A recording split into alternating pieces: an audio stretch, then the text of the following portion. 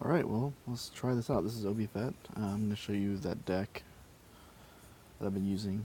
If you can see, I am player level 7. This is the basic deck that I've been using. And let me just show that to you. Here are the levels of stuff. I got pretty lucky getting a skeleton to level 3, but I don't think it makes that much of a difference, really. Level 2 is fine, even level 1 is fine. For the longest time I was using him at level 1. So let's go look at my record here. You can see victory, draw, victory, draw. I mean, I lose, it's not like I'm perfect. Lose, draw, win, lose, win, win, lose, draw, draw. I had a really bad streak earlier, but then I have some good streaks where I get lots of victories. I generally hover like right here around 1700 if you look at my crown count. It's around 1700, 1800-ish. 1829. I don't think I've ever gotten above 1900 with it though. So it's probably need to be tweaked if I want to push higher, but for right now it's good hitting at Arena 6 because there's legendaries I'm missing. Let's go ahead and watch this first one. This most recent game I played. So generally speaking, I don't like to lead off with the skeleton. I want to kind of probe and see what kind of defense they have for tanks. So I kind of wait to react, or I'll play something like a musketeer or a wizard to begin with. This was unusual. I just dropped it right down because I was trying something new. He came strong with that fireball that countered my barbarians, which is a typical response to a hog rider. But luckily, he didn't have anything to stop my skeleton, so it did quite a bit of damage to his tower over there. I'm actually ahead right now. This guy's rank 8, so it's going to take me more to kill his towers than it takes for him to kill mine. Where stands also, that's kind of what I do with. I think Wizard and Hog Rider is a pretty strong play, because counters the Hog Rider usually stuff to get in his way and counter. The Fireball was to let my Hog Rider cut more hits in, do damage to his Wizard, and tower at the same time. Generally speaking, if somebody plays something that costs 5 or more next to their tower, I'll Fireball the tower and it to get a little bit of damage and weaken it. Especially when it seems like I'm playing a reactive deck like this, because these guys, he's not very attacky outside the Rider thing that he played. This is, I think, my first mistake.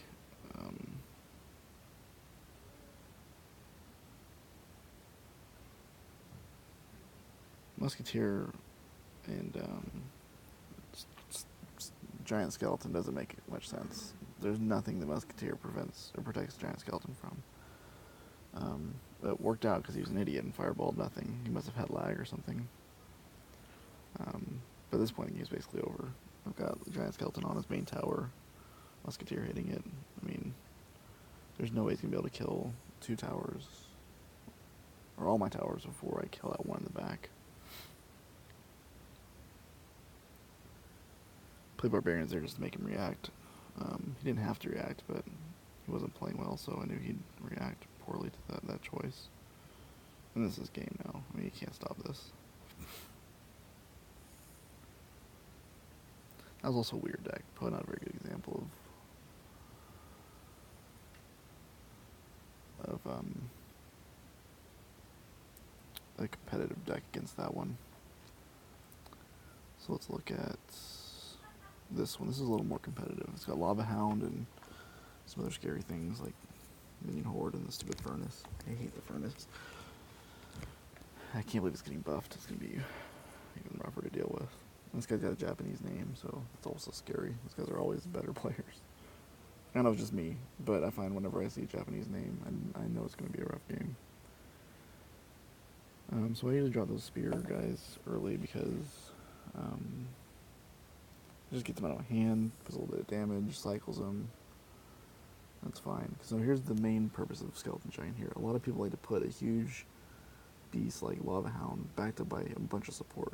Well, if you put Skeleton Giant right behind it, it cuts off their entire support and blows it up, and then gives you a chance to counter push. As you can see, it blew up all of the support.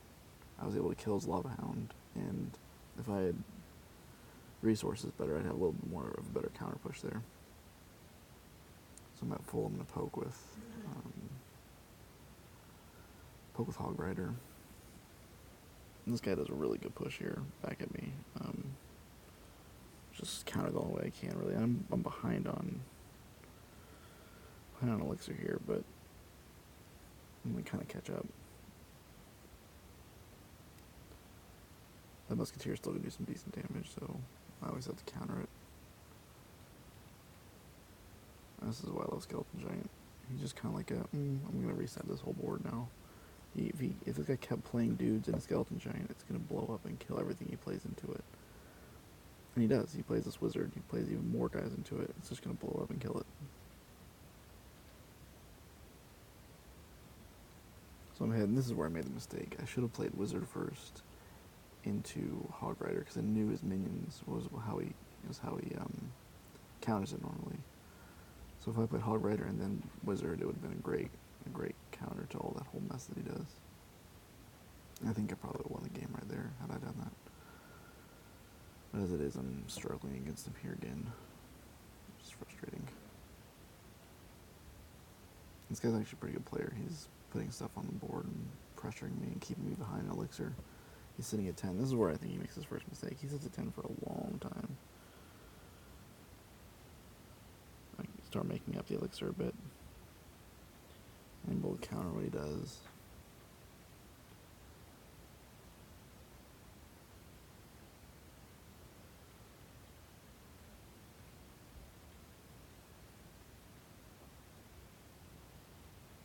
We both make our respective pushes here. Now, if you notice, though, so he's got his push, I got my push.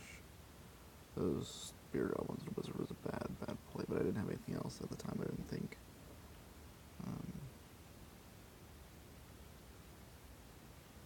My Goblin made it all the way to his tower. I think that's a ton of freaking damage.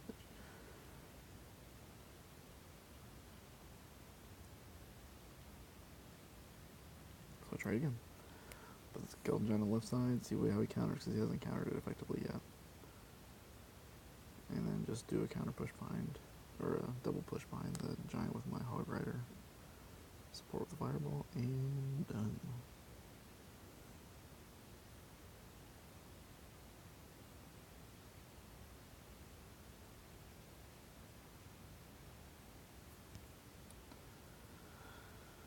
That was a pretty tough game, actually. I'm always scared when I see Lava Hound. Now let's show you a draw here. It's an interesting draw. Here's a win against a pretty typical deck with Giants and Hog Riders and Freeze and stuff. We can watch that one. This should be a pretty good game. This is a very typical deck in Arena 6 right now. You've got the Giant supported by stuff you put behind, and then you've got Hog and Freeze together. And this is kind of why I developed this deck, because I got so sick of Giants. So what I do is I use my Skeleton Giant to cut off their back support, and then my stuff kills their Giant. And then my Giant kills their support, and my support's still alive. Now I should have waited before I did this, because the counter push is better, but I got a little aggressive before knowing what it was. And what was in my hand, I figured I might as well just go ahead and play Skeleton Giant. This guy's really good. You can see he's already frozen. He's in my tower doing damage.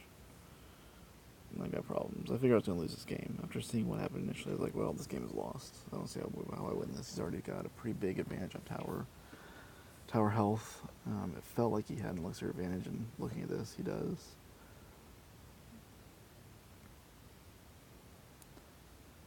Musketeer actually does a lot of damage too. I feel like Musketeer by herself can be a decent counter push. Okay, so here's the first dilemma. Like, well, how do you deal with this? I always put the Skeleton Giant down first to prevent any back support from hitting through. And then Barbarians is a good counter to any other kind of mess. Again, I'm gonna lose this tower. I should have committed more stuff to his anti-giant first. That was a huge mistake on my part. And then I push hard again, because I'm freaking sick of this guy. Look at that. I love that bomb. That bomb's ridiculous. It does so much damage. No, in this case, I should lose this game. I should. He's gonna push me pretty well. I have just the slightest elixir advantage.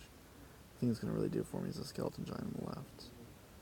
He can't commit anything because it's just gonna blow up once it walks past it. I think that fireball was in anticipation of him sending more, but he didn't. He was late on his barbarians. I think that's what cost him the game here. I think I'm down to 27. I'm trying to cycle into my fireball so I can be sure to at least go in overtime here. Yeah, that's what I do. So cycle into fireball, make sure I hit it. Look at that. My skeleton giant all the way to his tower can do 800 damage, but I'm done. All I have to do is play D. I play defense and we're good. This guy's level 9 too. He's playing a strong deck at level 9. I don't think the main key with Skeleton Giant is to play it to either reset or to cut off their support for their tank that they're trying to, absorb all your fire. Because what people like to do is they like to have a tank. They put all their support behind so that their tank absorbs all the fire, and then all their stuff behind kills all the stuff in front of their tank. Well, if I do my Skeleton Giant, I can put it behind it. It absorbs all their fire and kills their stuff. And my stuff kills their tank and doesn't die to their tank. Obviously, the disadvantage of Skeleton Giant is that he gets distracted. He doesn't go straight for towers. But I don't think that's the end of the world. I feel like it works okay for me. But yeah, I'm going to go ahead and stop it here. You can post questions if you have any.